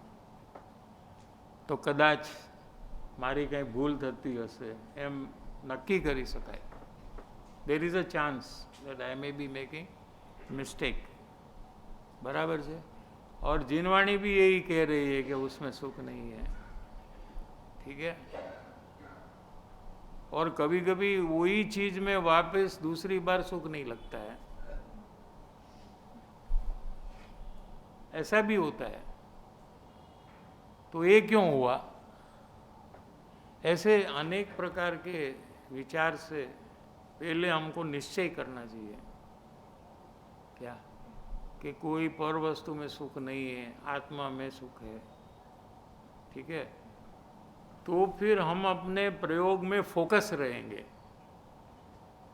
सुख बुद्धि का। नहीं तो सुख बुद्धि का प्रयोग में से हमारा डी फोकस होकर जहाँ हमने सुख माना है वहाँ चले जाएंगे बारंबार। वहाँ से हमको अपना उपयोग को समेट कर ये प्रयोग में लगाना है, तो उसके पहले ये विचार और निर्णय आवश्यक है, ठीक है। थैंक यू साहिब जी। ऑनलाइन प्रश्न है हेमलबेन का। दोष अवलोकन के समय जब कर्तापने का दोष दिखता है तो तुरंत पर का कार्य पुद्गल से होता है, ऐसे देखने का करती हूँ, तो क्या ये अवलोकन को ब्रेक करना हुआ? એટલે જ કીધું ને, બીજા દોષ બતાવે સ્વીકારો એટલે આ બધી લપ જ નીકળી જાય। બધા પોતાની મેળે કરે ને પછી પૂછ્યા કરે કે આ બરાબર છે, આ બરાબર છે, આ બરાબર છે। ઓલું પહેલાં કર્યું નથી, કોઈ દોષ બતાવે તો સ્વીકારતા નથી, પછી એમ કે આ બતાવે તો સ્વીકારું છું ને આ બતાવે તો મારાથી સ્વીકાર નથી થતો। તો પહેલાં એ સરખું કરો। કોઈ પણ બતાવે અને કોઈ કે બરાબર પ્રેમથી બતાવે તો સ્વીકારું છું, બહુ જોરથી કહે તો હું સ્વીકારતો, તો એ બધામાં વર્ક કેટલું બાકી છે? શું? અથવા બધાની વચ્ચે કહે તો મારાથી સ્વીકારવું નથી, મને પ્રાઇવેટલી કહે તો હું સ્વીકારી શકું છું। તો બધાની વચ્ચે માઇકમાં એને કહો, માઇક આપી દે અને કયો મારો દોષ, બધાને કયો, 200 જણની વચ્ચે એવી તાકાત પ્રગટ કરો। તમે શું કામ આમ માઇક વગર બોલો છો? એટલે માઇક ઓન કરો અને મારો દોષ કયો, ભલે આખી દુનિયાને ખબર પડે। શું પહેલાં એવી તૈયારી હજી થઈ નથી અને સીધું અંદરના પ્રયોગમાં આપણે જાય તો ઘણી ભૂલ થવાની સંભાવના છે। શું? એટલે પહેલું એ કામ હમણાં ટાર્ગેટમાં, એજન્ડામાં એ રાખો। દોષ બતાવવાવાળા તો રેડી જ છે, એ લોકો બતાવવાના જ છે, એટલે તમારે એને ગોતવા જવાની જરૂર નથી। ફક્ત એમાં કોઈક બહુ ગ્રેજ્યુએટ હોય, હા બહુ હાઈ લેવલના દોષ ઘડી ઘડી મેક્સિમમ બતાવવાળો હોય તો આપણે એની પાસે જઈને બેસી જવાનું। આપણી પાસે બધા પાસે હશે ને એવો પર્સન કે આની પાસે જાઓ એટલે બતાવ્યા જ કરશે નોન સ્ટોપ. શું તો આપણે ત્યાં પ્રયોગ એકદમ સ્પીડમાં કરી શકીએ. એ કામ પહેલાં કરવા જેવું છે. પછી ઘણા બધા ક્વેશ્ચન તમે એ કરશો ને એનું સમાધાન તમને આમાંથી જ થઈ જશે. શું પ્રશ્નનો આન્સર જ તમારા પ્રયોગમાંથી આવશે. એ 99% તો બંધ થઈ જશે ક્વેશ્ચન્સ. પછી જે જરૂરિયાતનો પ્રશ્ન છે એ જ આવશે પછી. हाँ, पिंकी बेन का प्रश्न है बॉम्बे से। संसार में सुख नहीं है ऐसे विचार से भी ऐसा लगता है दैट क्यों मैं चीज़ों के पीछे भाग रही हूँ. इससे मुझे मेरे गोल बांधने में हेल्प हुआ, सो थैंक यू. बट ये सुख बुद्धि का प्रयोग तो बिगिनिंग में ही होना चाहिए. फिर ऐसा क्यों कहा दैट दोष के अवलोकन के प्रयोग के बाद ही ये सुख बुद्धि प्रयोग ठीक से होगा. लेकिन ये प्रयोग ही नहीं है. संसार में सुख नहीं है, ये तो जिनवाणी से बोरोड नॉलेज है. ये प्रयोग कर कर नक्की नहीं हुआ है. ये तो सब बोल देंगे. बोलो कोई કહે છે સંસારમાં સુખ છે તો શું આ બધાનું થઈ ગયો પ્રયોગ? એમ નથી. એવું કંઈ સહેલું નથી કે મફતમાં બધું મોક્ષ મળી જાય. એક વિકલ્પ કરી નાખો એટલે થઈ ગયું કામ. તો અનંતકાળમાં આ બધું ક્યારેય થઈ ગયું હોત. એટલે જે ક્રમ છે એ બરાબર છે. આપણી સમજણમાં આપણે ચેક કરવું જોઈએ કે આપણી ક્યાંક ભૂલ થાય છે. सेकंड क्वेश्चन है इनका, संसार में सुख नहीं है ऐसा विचार है थैंक्स टू गुरु. इस विचार को दृढ़ अभिप्राय में कैसे प्रयास करूं? वही तो प्रयोग देखो नहीं किया है ना, तभी तो ये तीसरा प्रश्न हुआ ना. तो वही तो अवलोकन कैसे करना आज चला ना. गुलाब जामुन का एग्जाम्पल दिया कि नहीं. क्या क्या कहा, पहले 2 खा लो, इतना तो कहा ना. 3 खा लो, फिर आपको जब नहीं खाना है तभी आप प्रयोग करो. सब इतना डिटेल में दिया है. फिर क्या और क्या कहे इससे ज़्यादा. वैसे ही हम ज़्यादा डिटेल में ही कहते हैं. कोई पूछे नहीं तो भी कहते हैं.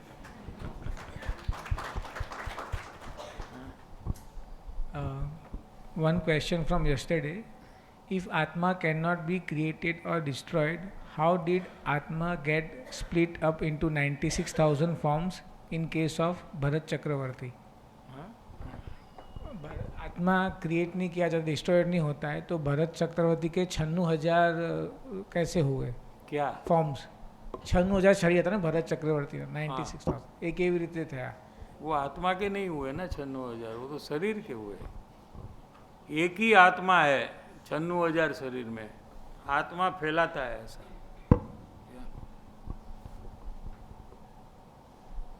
शरीर अनेक हुआ.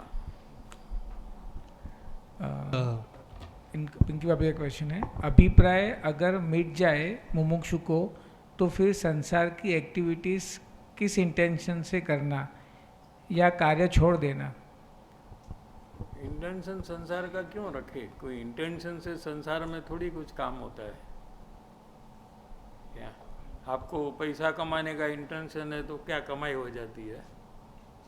रसोई बनाने का इंटेंशन है तो क्या रसोई बन जाती है? इंटेंशन से कुछ नहीं होता है. तो इंटेंशन संसार का रखे क्यों हम? आत्मकल्याण का ही इंटेंशन अपने को होना चाहिए. नेहा बेन का क्वेश्चन है, नेहा बागरेचा. खाने में बहुत सुख बुद्धि है मुझे. खाने के बाद ख्याल आता है कि इतनी लोलुपता से खाया पर सुख नहीं मिला. फिर खेद होता है. अवलोकन में आऊं कि सुख बुद्धि मिटा सकूं. ऐसे प्रयास कैसे करूं कि लोलुपता खत्म हो जाए और अवलोकन कर सकूं? वो जो आज दिया है वो वापस सुने और उस अनुसार जहाँ जहाँ खाने में सुख लगता है वहाँ वहाँ वो प्रयास चालू करें. बारंबार करें क्या तो पता लग जाएगा. राधिका बेन का प्रश्न है, इन टर्म्स ऑफ क्रम when mumukshu comes in trutak avlokan does pehchan of Satpurush happen first and then Mumukshu comes in Satat Avlokan, or does Mumukshu come in Satat Avlokan first and then pehchan takes place? Kripaludev ने तो ये क्रम दिया है क्या, उसके पहले जो पहचान है वो पहचान क्रम से आगे बढ़ा है, उस प्रकार की नहीं है क्या। पहले तो उनकी वाणी से पहचान होती है, 679 पत्रांक से ये बात है कि उनकी वाणी में पूर्वापर अविरुद्धता, अपूर्व अर्थનું નિરૂપણ કરનાર, અનુભવ સહિત હોવાથી और આત્માને સાંભળનારા આત્માને જાગૃત કરનાર, આ બધા લક્ષણ શું જ્ઞાનીની વાણીના છે, જ્ઞાનીના નથી. પણ આવી વાણી હોય છે જેની પછી એની અંદરમાં જઈને તપાસ કરવી પડે કે એનું અંતર પરિણમન કેવું છે. એવી રીતે બી એક વાત કૃપાલુદેવે કરી છે. એટલે એ પ્રકારની ઓળખાણ થઈ શકે અવલોકન પહેલાં વાણી દ્વારા. પણ આવા પરિણામ હોય, એને એમ લાગે કે આ કોઈ એવી વાત કરે છે કે આવી વાત તો મેં ક્યારે સાંભળી નથી. હા, આ તો બધું નવું નવું મને સમજાય છે. અપૂર્વ એટલે નવું, ફર્સ્ટ ટાઈમ હું સાંભળું, ફર્સ્ટ ટાઈમ મને આ વાત સમજાણી છે. આવી વાત મેં ક્યારે સાંભળી નથી, એનું નામ અપૂર્વ. એનો અર્થ જે કરે છે એમાં એને અપૂર્વ અર્થ લાગે છે. અપૂર્વ અર્થનો કહેનાર વાણી, એવી વાણી. અને સાંભળનારો જે પોતાના આત્મામાં સૂઈ ગયો હતો અને પરિભ્રમણ કરતો હતો, એ જાગૃત થઈ જાય છે કે મારે હવે સુખી થવું છે, મારે મારું કામ કરવું છે. એવા એને જ્યારે ભાવ ચાલુ થાય છે ત્યારે એને એમ ખબર પડે છે કે આ કહેનારો પણ અંદરમાં જાગૃત છે, એટલે મને જાગૃતિ આવે છે. શું એ એક લક્ષણ આપ્યું છે કૃપાલુદેવે. અને પૂર્વાપર અવિરુદ્ધતા.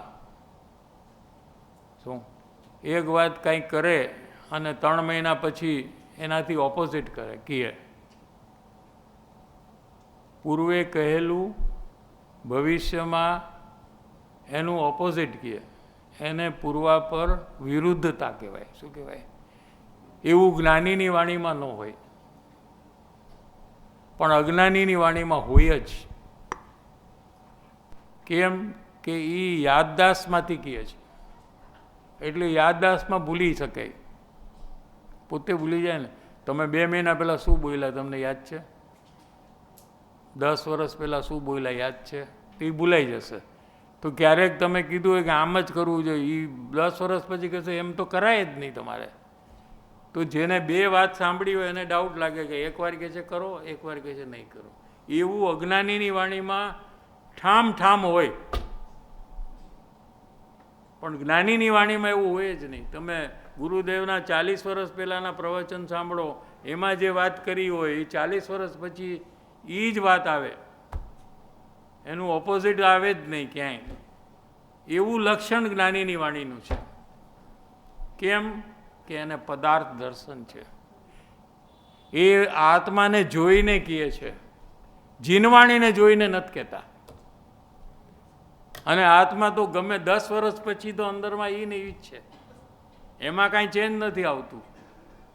એટલે વિરુદ્ધતા આવતી નથી.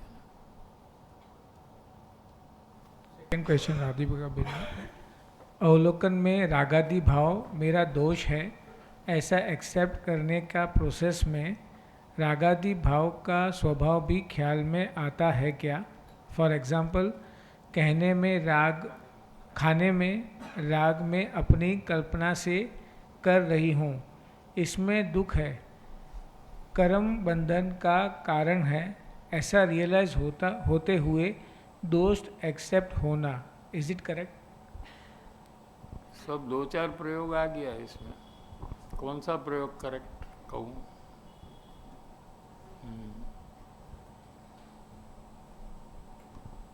तत्व विचार भी आ गया इसमें, प्रयोग भी हो गया, कर्म बंध का कारण क्या कौन से भाव है वो भी बात आई, ये सब मिक्स है। तो ठीक है, एक एक प्रयोग में जो मास्टरी आनी चाहिए, तो फिर वही एक प्रयोग हम बराबर करें तो ही उसमें एक्सपर्टीज आएगी। 200 नंबर की वचनावली में ऐसा बताया कि सत्पुरुष की भक्ति में जुड़ने से पहले तन मन धन की आसक्ति का त्याग करना होगा, और 254 में ऐसा क्रम है कि स्वच्छंद की हानि के बाद सत्पुरुष की पहचान होती है। तो तन मन धन की आसक्ति में स्वच्छंद और सुख बुद्धि का क्या कनेक्शन है? જ્ઞાની की पहचान में એને બહુમાન એવું આવે છે કે પ્રેમાર્પણ થાય છે, એમાં અર્પણ શબ્દ આવ્યો ને, તેમાં આખી દુનિયાનું બધું આવી ગયું, એમાં તન મન ધન અને ઓર બી સબ બધું આવી ગયું। આપણને કાવ્યમાં છે તન સે ધન મન से ધન से और सब से, જો આવ્યું ને, કયું કાવ્ય છે? હા, એમાં આવે છે ને, તો તન મન ધનમાં હું બાકી રહ્યું, તો એ સબસે લીધું, બધું અર્પણ કરે છે એમ। એ જ પ્રશ્ન છે કે બીજું કંઈક છે?